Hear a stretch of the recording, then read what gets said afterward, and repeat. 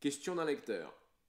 Chaque matin, est-ce que tu relis tes déclarations, ta déclaration d'être, ta déclaration d'avoir, et j'en passe, ou est-ce que tu les réécris chaque jour sur ton cahier? Est-ce que tu les relis ou est-ce que tu les réécris chaque jour sur ton cahier? J'imagine que ça dépend de chacun, mais est-ce que tu ressens qu'il y a un des deux moyens qui permet de s'approprier cette vision plus profondément? Donc on va parler de ça. Parler de qu'est-ce que tu peux faire pour travailler au mieux autour de tes déclarations. Et il n'y a pas une manière de faire. Je vais te partager la manière dont moi je le fais, ce que j'ai pu faire jusqu'à présent, ce que je fais aujourd'hui, et ce que je peux te proposer pour toi. Déjà, il faut comprendre qu'il y a une première phase, c'est la phase de découverte, découverte de la perspective créatrice, découverte de la façon de travailler avec sa déclaration d'être, sa déclaration d'avoir, son document. Et dans cette première phase, pour moi, c'est incontournable, c'est de mettre la dose. Ok? De faire le travail, de abracadabra. Si tu es dans PFC, tu sais de quoi je parle. Et si tu travailles avec moi et que tu vois cette vidéo, normalement, tu sais de quoi je parle. De la perspective créatrice et de abracadabra. Et donc ta déclaration, elle vient d'un processus de création sur lequel je t'accompagne. Et une fois que tu l'as, eh ben, elle ne sert à rien si tu ne l'utilises pas. C'est-à-dire que mon coaching doesn't work if you don't work. Okay? Donc là, ce n'est pas du coaching, c'est ta déclaration. Ta déclaration, elle ne va pas fonctionner si toi, tu ne fonctionnes pas. Si toi, tu ne bosses pas avec. Ça n'est qu'un outil, ça n'est pas une solution. Et donc, sur la phase de découverte, donc là, si tu vois cette vidéo et qu'on est en phase de travail ensemble, que tu es en coaching, en training, alors là, ça devient intéressant de mettre vraiment la dose. Je le dis dans les vidéos que j'ai fait sur les travaux préliminaires, notamment dans Pure Free Création ou dans les autres modules ou dans les autres formations. Prendre une demi-heure, 1 heure par jour pour se cultiver soi-même. Je prends une demi-heure, 1 heure par jour pour bosser sur moi. Et ça, c'est d'autant plus important sur la phase d'appropriation de ces techniques et de cette approche. Une fois que ces bases-là, elles sont posées, je vais te prendre un parallèle. Regarde. Je ne suis pas svelte, hein. Okay, je ne vais pas te faire Arnold, mais j'ai une certaine masse musculaire. Bon, pourtant, je n'ai pas mis les pieds dans une salle de gym depuis belle lurette. Qu'est-ce qui se passe? Bon, je fais du sport. Mais qu'est-ce qui se passe? Quand j'étais en Ukraine, j'ai passé des heures et des heures, entre 5 et 10 heures par semaine à faire de la musculation, à faire de l'hypertrophie. Et donc j'ai développé une certaine masse musculaire. Et cette masse musculaire, aujourd'hui, maintenant qu'elle est là, eh ben, elle reste. Pourtant, c'était il y a quelques années. D'accord? Mais une fois que j'ai posé ces bases-là, ça reste. Je te prends un autre exemple. Le surf, tu vas bien plus décoller en surf, mais prends n'importe quoi d'autre. Hein. Si tu te dis, ok, pendant 2 semaines, 3 semaines, je fais du surf et je prends des cours, et bam, bam, bam, bam, bam. Pourquoi? Parce que tu as une mémoire musculaire. Tu vas apprendre beaucoup plus que si tu surfes la même quantité d'heures, mais étalée sur 10 ans. Ok? Dans le premier cas, tu peux dire depuis combien de temps tu surfes? Bah, depuis 3 semaines. Et tu auras un niveau largement supérieur à quelqu'un qui prend 5 jours par an ou 5 jours tous les 6 mois par-ci par-là. Parce qu'on va créer du momentum et on va travailler sur la mémoire musculaire. Pour le corps, on va poser les fondations d'une certaine masse. Et là, c'est un peu pareil. Donc, première phase, on met la dose, on ne lésine pas. Et une fois que c'est fait, je ne vais pas te dire lève le pied, mais je te mentirais si je te disais que je mets autant d'énergie dedans que j'en mettais quand j'ai appris ça.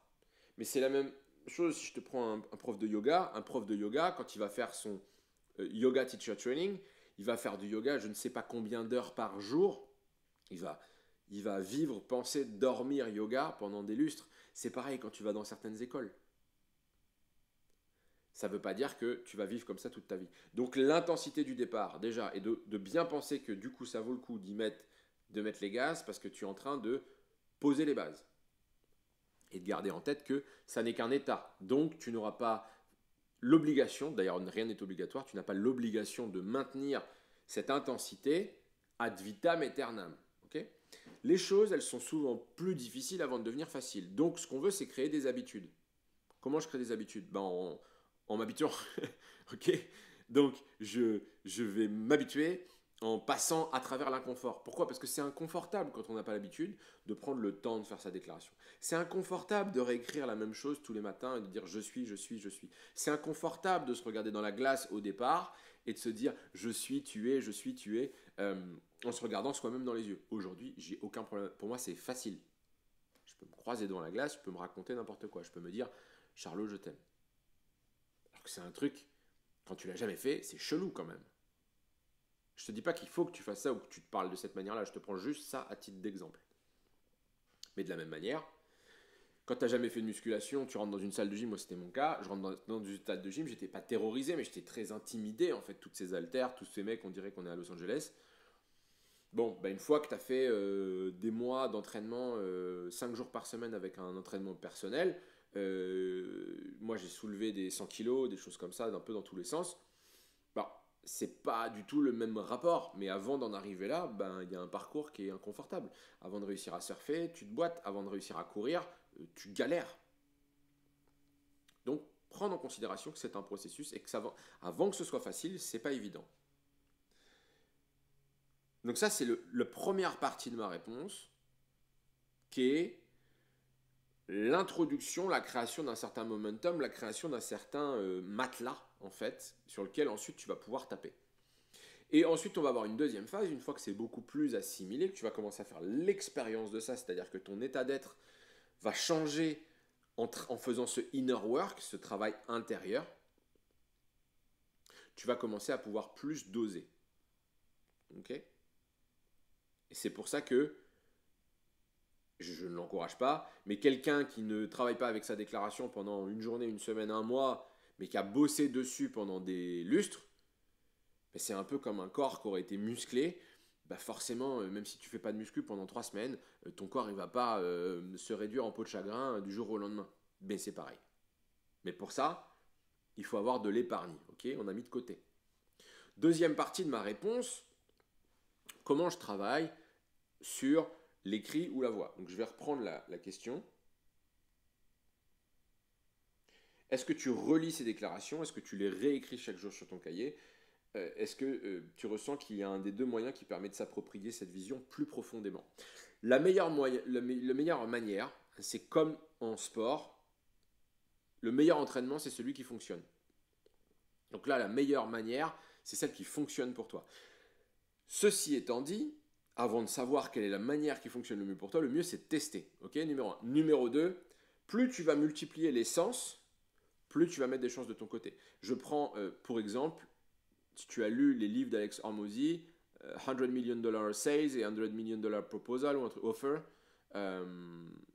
tu sais qu'au début du livre, il dit si tu veux maximiser les chances de l'assimiler, tu le lis en l'écoutant. Donc ça, je ne sais pas si tu as fait déjà l'expérience de lire un livre en écoutant le livre audio. Bon, et tu as deux canaux. Tu as deux canaux qui vont être remplis. Tu vas avoir le canal auditif, le canal de visuel, lecture. Et c'est pareil quand on gribouille, je ne sais pas si tu connais la Doodle Revolution, j'en reparlerai peut-être un autre jour, mais capter en fait le regard avec des symboles, des dessins, des choses comme ça, pour avoir le visuel et en même temps le textuel. Quand je me parle et que j'entends ma propre voix me dire je suis tel que, me dire je suis la conscience créant constamment et mon être est primordial, bon, je peux l'écrire, je vais l'imprimer via un canal et je peux aussi le dire, je vais l'imprimer via un canal. Je peux aussi, et c'est mon cas, j'ai des bandes audio d'une autre personne, notamment un de mes coachs, qui me lit ma propre déclaration. C'est quelque chose avec lequel j'ai expérimenté aussi dans Pure Free Création, où j'ai fait des versions lues, alors avec une IA, des déclarations pour certaines personnes. Je vous ai partagé la bande audio de moi me lisant moi-même. Je peux me lire en me disant je suis un océan d'amour, je suis un océan de gratitude. Mais je peux aussi me regarder dans les yeux devant la glace et me dire Charlot, Tu es un océan d'amour, tu es un océan de gratitude. Je peux enregistrer ma voix. J'ai fait des prises de son, j'ai un bon micro que tu as entendu sûrement puisque tu es en call avec moi, j'imagine. Donc, j'ai enregistré ma voix en posant les choses doucement. Du coup, j'ai fait une bande audio. L'intérêt de la bande audio, c'est que quand j'ai la flemme d'écrire ou de... Moi, je suis très audio. Quand j'ai la flemme d'écrire ou de relire ou de prendre mon cahier, bon, j'ai dans mon téléphone. Il suffit que je mette mes oreillettes et j'ai ça. Et ça fait un peu aussi trousse de survie. Un coup de bambou, un coup de blues. Tu sais que tu as ta déclaration. Alors, il se trouve aussi que je la connais par cœur. Donc, je peux aussi, si je suis en footing et que je commence à galérer un peu, bah, je peux la lire dans ma tête. Enfin, je peux me la dire dans ma tête. Je peux la dire à voix haute, je peux la penser. Est-ce que je la réécris? De temps en temps, je la réécris, oui, sur mon cahier. Alors, est-ce que je fais ça aujourd'hui tous les matins? Non, aujourd'hui, je la connais par cœur. Est-ce que je l'ai fait? Oui.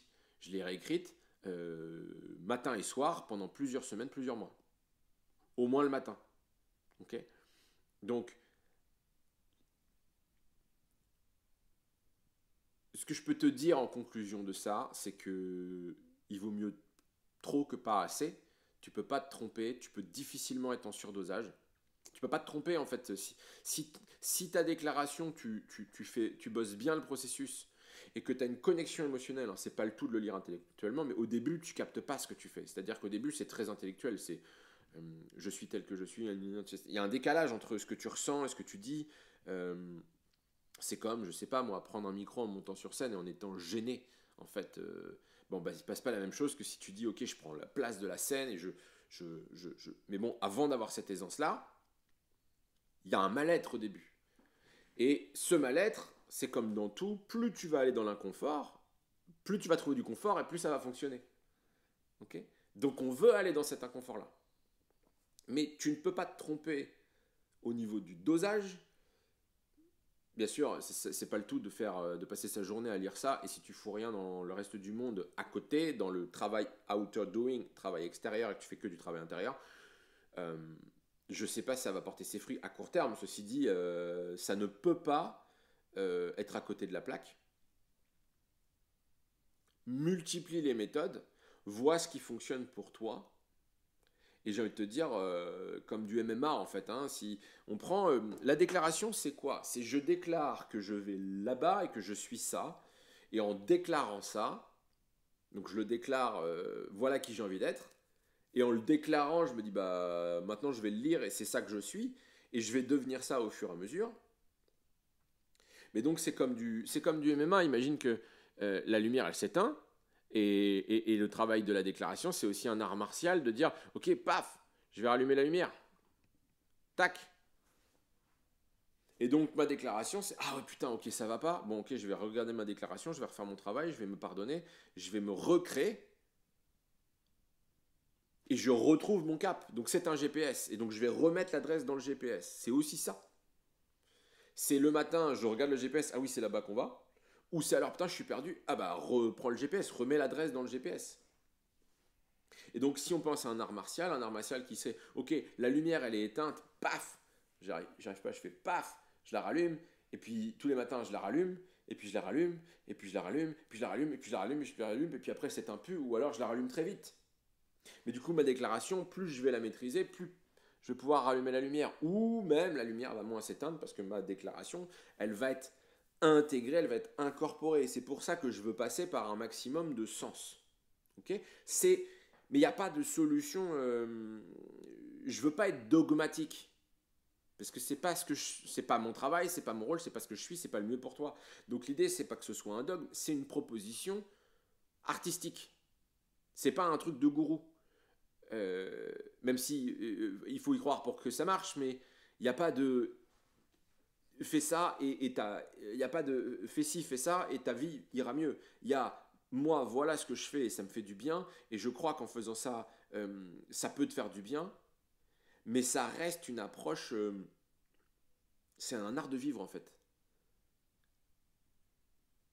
Et donc, plus un art qu'une science, et donc c'est à toi de trouver ta tonalité, ta saveur, ta note, ton parfum.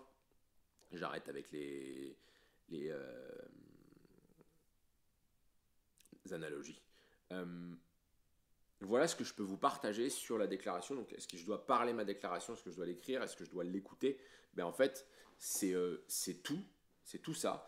J'ai un coach qui a une version de sa déclaration où il y a les voix de son père, de sa mère, de sa femme, de son coach qui sont layered comme ça, où il y a genre 4-5 voix couche sur couche avec de la musique et des sons binauraux derrière. Œuvre d'art. C'est son œuvre d'art. Euh, Moi, encore une fois, je l'ai enregistré en posant ma voix et en posant ma déclaration d'être avec ma vision aussi back to back. Tu peux t'amuser à faire une production musicale. Tu peux t'amuser à l'enregistrer en forêt. Tu peux t'amuser à l'enregistrer en la disant à ton chien. Tu peux demander à la personne qui partage ta vie de la lire. Tu peux imaginer plein de choses. Donc, qu'est-ce que tu peux imaginer? Je te laisse avec ces questions. Qu'est-ce que tu peux imaginer? Pratique de manière exploratoire. Fais de la quantité pour pouvoir explorer. Comme si tu apprenais à faire de la poterie, donc tu veux faire du volume. Et plus tu vas faire de la poterie, tu connais cette histoire-là, je finis avec cette histoire. J'ai pas fini. Cette histoire où un prof d'art de poterie sépare sa classe en deux. Il dit au groupe A, il dit vous avez un semestre pour faire la plus belle poterie que possible. Et il dit au groupe B, il dit vous avez un semestre pour faire le maximum de poterie possible. Bon, qui à la fin du semestre a fait les plus belles poteries? C'est le groupe B. Pourquoi c'est le groupe B? Parce qu'en faisant du volume, ils ont itéré, ils ont recommencé, ils se sont autorisés aussi à faire des erreurs et ils avaient moins l'impression de absolument réussir. On n'a qu'un one shot. Donc ils avaient un environnement safe. Et donc la quantité crée la qualité. Donc tu peux pas te tromper en fait. Tu peux pas te tromper en augmentant les doses. Donc fais de la place pour expérimenter. Expérimente en mettant de l'énergie, de l'intention. Accepte les moments où c'est inconfortable ou même ça fonctionne pas et reste dans cette pratique de manière curieuse, exploratoire et regarde ce qui se passe et tu vas trouver ces réponses-là. Donc je te montre un peu comment moi j'ai fait, comment j'ai exploré, mais je ne veux surtout pas te dire ce que toi tu dois faire, c'est plus une invitation, parce que ça t'enlèverait de la puissance. La puissance, elle est dans le fait que toi tu explores pour trouver ces réponses-là. Je vous laisse là-dessus, je vous dis à très vite, je vous aime fort et prenez soin de vous.